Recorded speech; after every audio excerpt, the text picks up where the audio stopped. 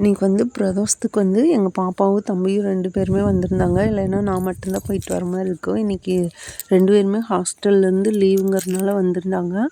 அதனால் நல்லபடியாக போயிட்டு சாமி கும்பிட்டு வந்துட்டோம்.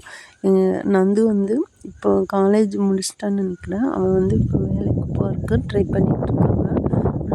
ஆனால் பக்கத்துலேயே இருக்குது, எங்கள் ஒர்க் ஷாப் பக்கத்துலேயே இந்த கோயில் இருக்குது. ஆனால் வந்து அம்மா நான் ரொம்ப நாள் ஆச்சுமா, எங்கேம்மா பைரவர் சிலையவே காணோம் அப்படிங்கிறான். இது கும்பாபிஷேகம் பண்ணதுக்கப்புறம் பைரவர் வந்து கொஞ்சம் இடம் மாற்றி வச்சுருக்காங்க. இருந்தாலும் அவன் வந்துகிட்டே இருந்தால் தானே அது எப்பாச்சும் அதனால தெரிய மாட்டேங்குது. இந்த பாப்பா வந்து எங்கள் ஃப்ரெண்டோட பொண்ணு பாருங்க. அது அத்தைன்ட்டு என்கிட்டயே இருந்துச்சு, என் கூடவே இருந்தது. இன்றைக்கி சனி மகா பிரதோஷம் நல்லபடியாக நாங்கள் சாமி அபிஷேகம் பார்த்தோம், அலங்கார பூஜையும் பார்த்துட்டு நல்லபடியாக வந்தோம். அந்த பாப்பா வந்து